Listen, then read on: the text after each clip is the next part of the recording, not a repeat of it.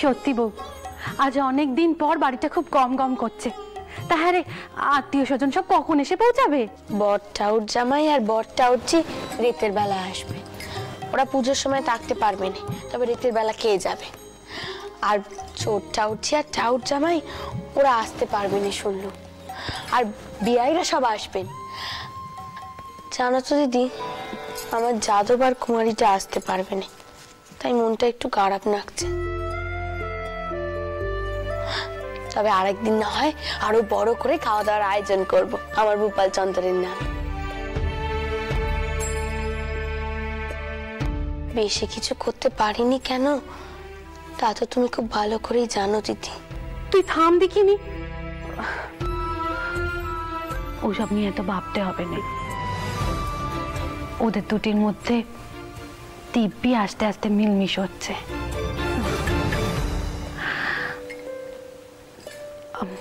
হ্যাঁ রে বউ, সরজু বউয়ের কি হয়েছে?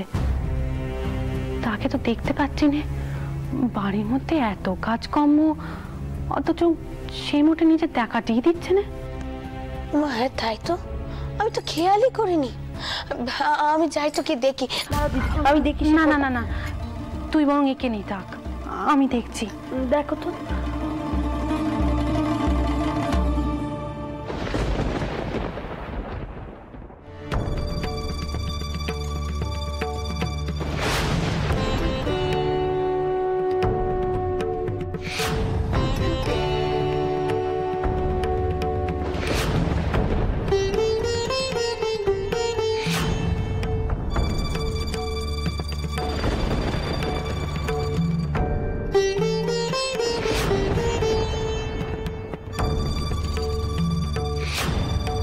দাঁড়ান, আপনি যান।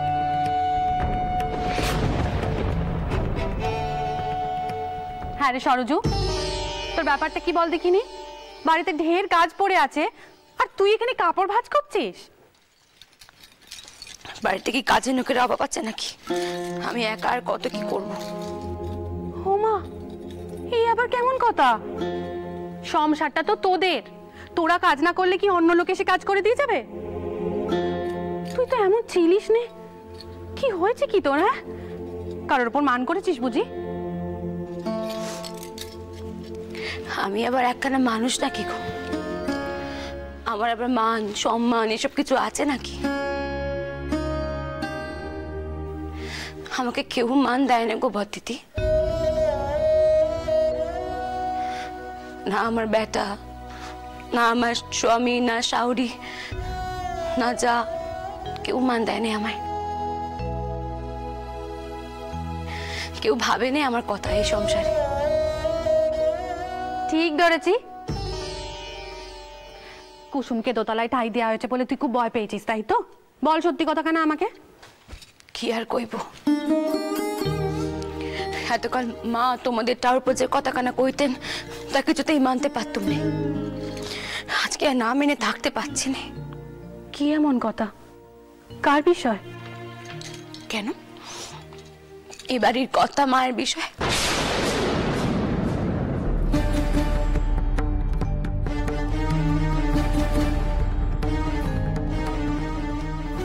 তিনি তো সত্যি এ বাড়ির রানী।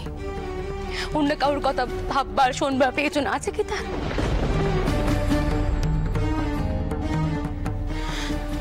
ওই বেদভাব পরের মেয়ে তার কাছে বড় হলো গো। এদিকে যে ওই মেয়ের কুদৃষ্টি আমার ব্যাটার উপর পড়েছে, সে কথা কান একটিবারের জন্য ভাবতে পারলেন না। হায় রে আমার পুরা কপাল। তোর তোর মন কানা এমন করে কে বিষিয়ে দিল সরজু? হ্যাঁ, আর বউ যে এমন কাজ করতে পারে তুই এটা ভাবলি কি করে? তোর কি তোর নিজের ব্যাটার উপরে এতটুকু বিশ্বাস নেই? সে কেন পা দেবে ওই কুসুমের ফাঁদে? আর ওই অভাগী মেয়ে কোনো ফাঁদ পাতলে না পা দেবার প্রশ্ন উঠছে।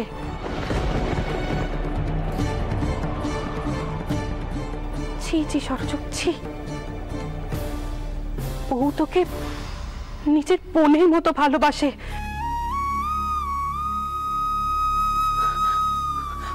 কত কি না করেছে তোর জন্য। তুই সবকিছু ভুলে গেলি এত সহজে?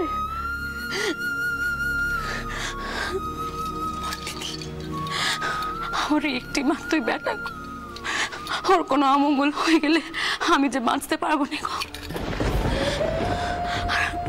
আমি তো মা, মাধবকে আমি পেটে ধরেছি, আমি বুঝতে পারি ওই ওই মেয়ের ওপর মাধবের একটু বেশি দয়া।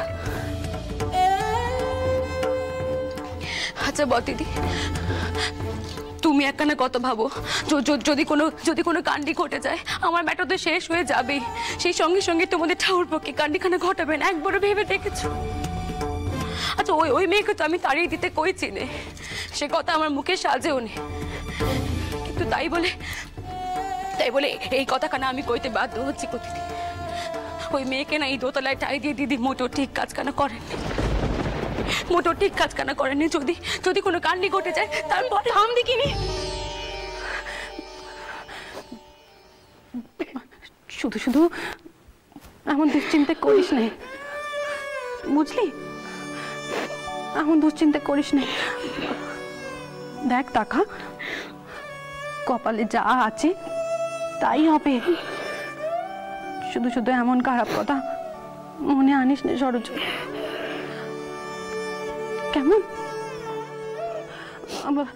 এখন চ দেখি আমার সঙ্গে, বাড়িতে ঢের কাজ পড়ে আছে, কাজে মন দিলে এইসব খারাপ কথা মাথায় আসবে না। চ চ আমার সঙ্গে, চ শিগগির চ, আয় আয় আয়। আরে তাড়াতাড়ি করো। বাবা রামচন্দ্র বলছি পুজোর সময় তো হয়ে এলো, কিন্তু ভট্টাচ মশাই কই আসছেন না তো, বলছি আরেকবার খবর পাঠাবে বাবা। তিনি দাঁড়ান, নায়েব মশাই, নায়েব মশাই। বলুন বড় জমিদার। বলছি ভট্টাচ মশাই তো এখনো আসেননি, পুজোর সময় হয়ে গেল, একবার লোক পাঠান। হ্যাঁ আমি তো লোক পাঠিয়েছিলাম বড় জমিদার, তারা বললে যে ঠাকুর মশার ঘর বন্ধ। আমি ভাবলাম তিনি বুঝি এদিক পানেই আসছেন, এখনো এসে পৌঁছননি। এসে পৌঁছ। নায়েব মশাই, ছোট কথা, আপনি সর্দারকে বলুন লেঠেল নিয়ে যেতে। আমার ধারণা ব্রাহ্মণ সমাজ এসে ভট্টাচার্য মশাইকে শাসিয়ে গেছে। এ আমি কি শুনছি, ঠাকুর মশাই নাকি বাড়ির থেকে বেরিয়েছেন কিন্তু এখনো এসে পৌঁছাননি। আপনি নেটিলদেরকে সতর্ক থাকতে বলুন, আমার কিন্তু ব্যাপারটা ভালো টেকছে না। আপনার এই কন্যাটিকে তার কৃতকর্মের জন্য প্রায়শ্চিত্ত করতে হবে, নইলে এই সমাজে পুনর্বার তাকে ঠাঁই দেওয়া যাবে না। কিন্তু আমি এই শাস্ত্রের বিধান মানি না। আমি জানি আমি ধৃষ্টতা করছি, কিন্তু সকলের সামনে আমার স্ত্রীর অসম্মান আমি হতে দিতে পারি না। এই কি আপনার শেষ কথা? আগে হ্যাঁ। সেক্ষেত্রে আপনাকে তো ফল ভোগ করতে হবে দাসমশাই। সর্দার, সর্দার, ছোট কর্তা। সর্দার তুমি খোঁজ নাও, ভট্টাচার্য মশাই এখন কোথায় আছেন? জি আগে ছোট কর্তা।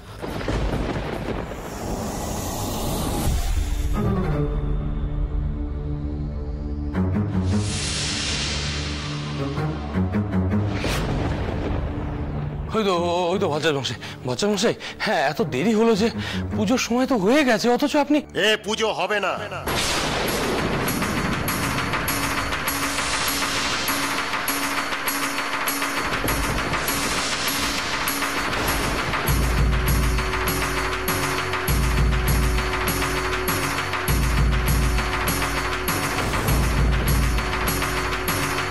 হ্যাঁ বিশ্বাস মশাই,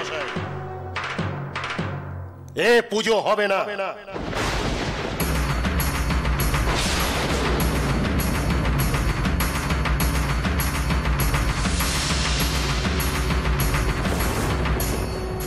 কোন ব্রাহ্মণই এই গৃহে অথবা আপনার ভদ্রাসনে গিয়ে পুজো করবেন না, কারণ আপনাদের সমাজচ্যুত করা হয়েছে।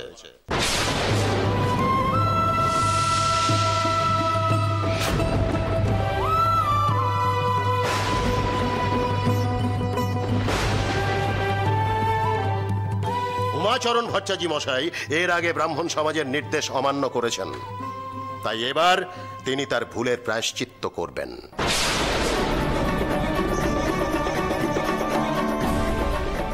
সামনে তার নাতনির বিবাহ কিনা।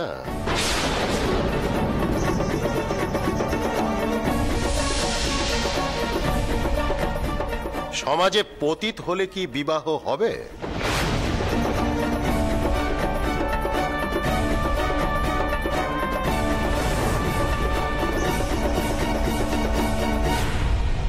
কি বলেন ভট্টাচার্য মশাই?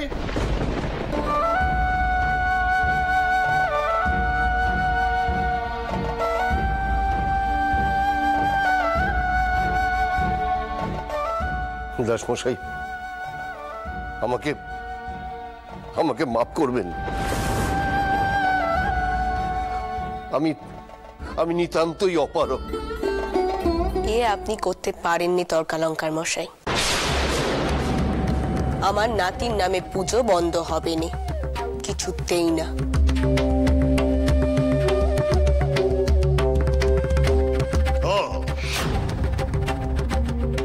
বেশ, দেখুন চেষ্টা করে কি করতে পারেন। তবে আমাদের কথা আমরা জানিয়ে যাচ্ছি,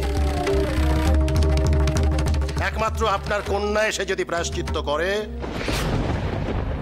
তাহলেই আমরা ভেবে দেখব যে আপনাদের বাড়ির দোল উৎসবে, দুর্গোৎসবে ব্রাহ্মণরা আসবেন কিনা।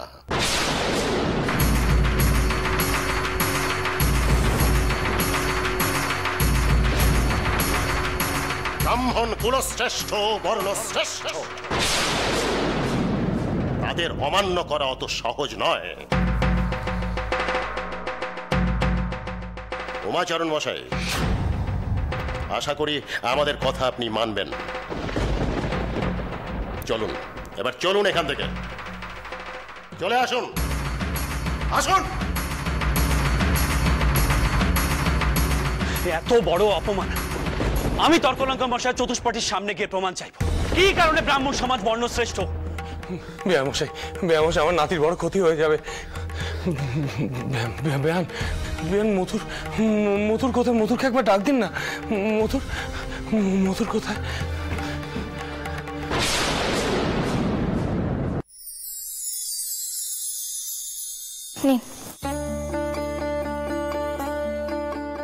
আচ্ছা জগদম্বা, একটা কথা বলতো, আমি যে একান্তে তোমার শেষ দিদির সাথে কথা বলি, সেটা তুমি ধরে ফেলেছো না?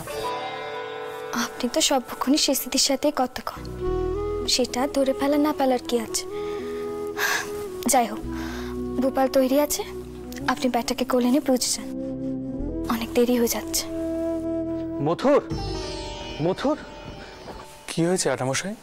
মথুর তর্কালঙ্কার মশাই এসেছিলেন, তিনি বললেন যে ব্রাহ্মণরা আমাদের ত্যাগ করেছেন, তারা আমাদের এই বাড়িতে এবং তোমাদের বিথারির বাড়ির কোনো পূজা আচ্ছা কিছু করবেন না, যতক্ষণ না পর্যন্ত। কি বলছেন দাদা?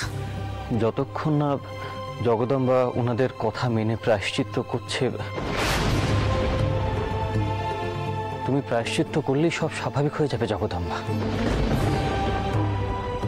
পুজো আচ্ছাও ব্রাহ্মণরা করবে, নচেত নয়। মথুর, এখন কি করা যায় বলো তো? ঠিক আছে, প্রায়শ্চিত্ত করলে যদি সব সমস্যা মিটে যায়, তাহলে আমি প্রায়শ্চিত্ত করতে রাজি আছি। আমি তো কখনো ভূপালের জন্য কিচ্ছুটি করিনি, আজ তার মঙ্গলের জন্য পুজোও দিতে পারছি না, তাই সব দিক সামাল দেওয়ার জন্য আমি প্রায়শ্চিত্ত করতে রাজি বর্জাবে দাদা। না, কোনো প্রায়শ্চিত্ত তুমি করবে না। কেন করবে তুমি এমন ছোট কাজ?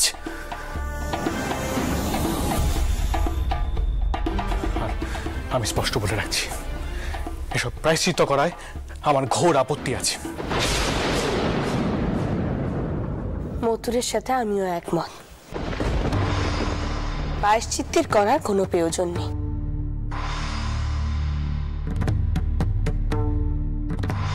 কি হবে পুজো না হলে? গোপালের মাথায় নির্মাল্য ছুঁয়ে দিলেই হবে, তাও আশীর্বাদ করবেন। না মা, না, আমার জন্য যদি ভূপালের কোনো বিপদ হয় তাহলে আমার সে হয়নি মা। কেন হয় না? ব্রাহ্মণরা একটা করে বিধান চাপিয়ে দিলেই সেটা মানতে হবে নাকি? মা, আপনার মেয়েকে বলে দিন, এসব প্রায়শ্চিত্ত আমি কিছুতেই করতে দেব না। বাবু সেই কথায় আমি কথা বলছি, কোনো প্রয়োজন নেই ভোপালের কোষ্ঠী করার, কোনো প্রয়োজন নেই।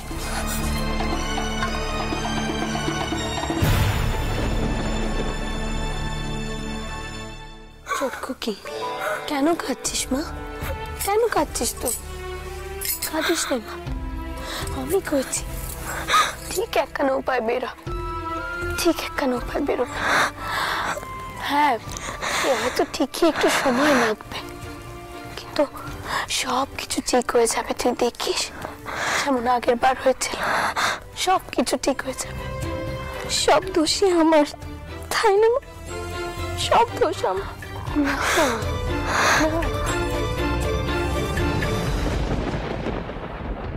বাবা মশাই, বাবা মশাই, বাবা মথুর, তোমার বাবা মশাই গেছেন ব্রাহ্মণদের সঙ্গে কথা বলার জন্য। কিসের কথা? কিসের কথা বাবা মশাই? তারা যে অন্যায় দাবি করছেন তার তো কোনো সীমা পরিসীমা দেখছি না। যা সমস্যা হয়েছিল তা পারিবারিক সমস্যা, তা সাংসারিক সমস্যা। তার মধ্যে তারা বাড়ি বয়ে এসে বিধান কেন দিয়ে যাবেন, আর আমরাই বা তা মানবো কেন? বাবা মশাই, এমন অসম্মানজনক প্রস্তাব তারা দেন কি করে? বাবা মথুর, তোমার বাবা মশাই একটা মীমাংসা সূত্র বের করতে। কিসের মীমাংসা? কেন মীমাংসা? আমার মনে হয় তাদের সাথে কথা বলার আর কোনো প্রয়োজন নেই। বাবা মশাই, আপনি কেন কিছু বললেন না? কেন বাধা দিলেন না? দেখো বাবা মথুর, তোমার বাবা মশাই বিশেষভাবে চান যেন ভোপালের জন্য পুজোখানা হয়, আর তাকে বিশেষ দোষও দেওয়া যায় না। তার কারণ ভোপাল তার বংশধর, তাকে বাধা দেওয়া আমার উচিত হবে না, তাই আমি তাকে কিছু বলিনি। তিনি গেছেন তর্কালঙ্কার মশাইকে ফিরিয়ে আনার জন্য, আর তিনি বলে গেছেন তোমাকে এখানে থাকার জন্য। আমি এখানে থাকার জন্য এসেছি বাবা মশাই। তর্কালঙ্কার বসাই আর কি বিধান দেন? না না না না না বিশ্বাস মশাই, না। নেহাত আপনি আমাকে এত করে আসতে বললেন তাই আমি এলাম, কিন্তু আলোচনার আর কোনো জায়গায় নেই।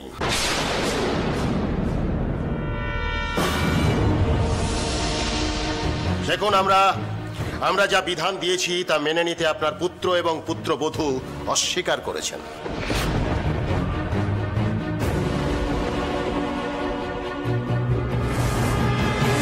এখন তাদের জন্য তো সমাজ আর ধর্মকে নষ্ট হতে দিতে পারি না।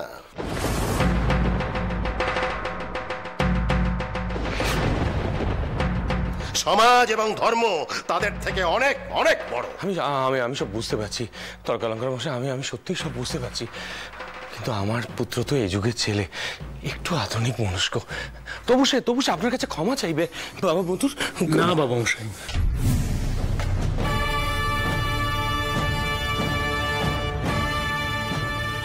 আমি তখনই ক্ষমা চাইব যখন ওনারা আমাকে বুঝিয়ে বলতে পারবেন কোন কোন অপরাধের জন্য আমার স্ত্রীকে প্রায়শ্চিত্তের অসম্মান সহ্য করতে হচ্ছে।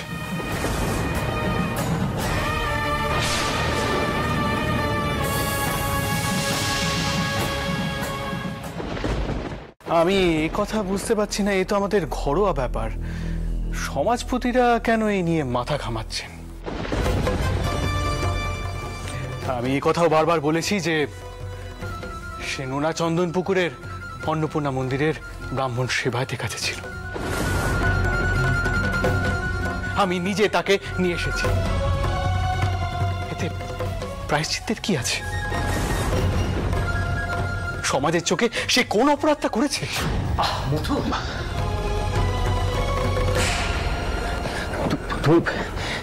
তর্কে বিতর্কে সমস্যা আরো বাড়বে মথুর। একটু শান্ত হও, আমাদের একটা সিদ্ধান্ত আসতে হবে, একটা সমাধান বের করতে হবে। দেখুন তর্কালঙ্কার মশাই, যদি কোনো বিশেষ পূজা পাঠ অথবা সস্তায়ন বিধি থাকে তাহলে বলুন। আপনি যেমন ভাবে বলবেন আমরা সবাই ঠিক তেমন ভাবে সবটা পালন করব, কিন্তু সবটাই হবে প্রায়শ্চিত্তের পরিবর্তে।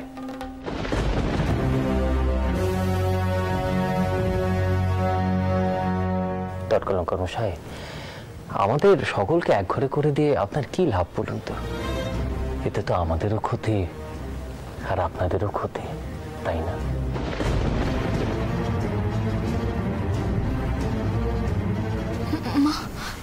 মা তুমি ওদের কওনে মা, আমি ওদের সব বিধান মেনে নেব। পুজো না দিলে বা বাউনদের রোষ পড়লে যে আমার ভোপালের অকল্যাণ হবে মা। ছোটকু কি যেটা বোঝনি সেটা নিয়ে কথা কয়ও নি, চুপ করে থাকো। বিশেষ সস্তায়ন বলতে কি বলতে চাইছেন? আমি না, কোনো পুজো কোনো সস্তায়ন কিচ্ছু হবে না। আমি আমার স্ত্রীকে সম্পূর্ণভাবে বিশ্বাস করি তর্কালঙ্কার মশাই, আর তাকে কোনো শুদ্ধিকরণের প্রয়োজন নেই।